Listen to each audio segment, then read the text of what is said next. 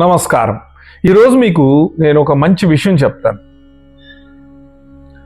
సొట్టలు పడిన పగుళ్ళు ఉన్న కంచాలు లేదా ప్లేట్లలో ఆహారం తినడం, లేదా వేరొకరు ఉపయోగించిన ప్లేట్లలో అంటే ఎంగిలి ఆహారం తినడం, ఇట్లా భోంచేయడం చాలా తప్పు. ఇది మన బుద్ధిని, తెలివిని నాశనం చేసేస్తుంది. ఈ రోజుల్లో స్నేహం, ప్రేమ పేరుతో ప్రజలు ఎంగిలి ఆహారాన్ని తింటున్నారు. ఇది వారి ప్రేమను పెంచుతుందని ఒక భ్రాంతిలో ఉన్నారు. కానీ వాస్తవానికి ఇది తెలివితేటలను మొత్తం పూర్తిగా నాశనం చేసేస్తుంది. అలా అస్సలు చేయకూడదు.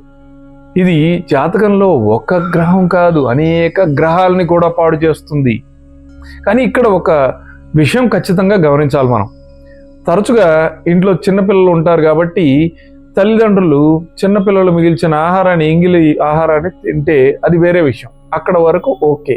కానీ విరిగిపోయిన పగుళ్ళు ఉన్న ప్లేట్లలో, కంచాల్లో భోజనం చేయడం, వేరొకరు ఎంగిలి ఆహారం తినడం లక్ష్మీదేవికి కోపం తెప్పిస్తుంది. జాతకంలో శుక్రుడు చెడిపోతాడు, గురువు చెడిపోతాడు. కాబట్టి పొరపాటును కూడా ఇలా చేయకండి.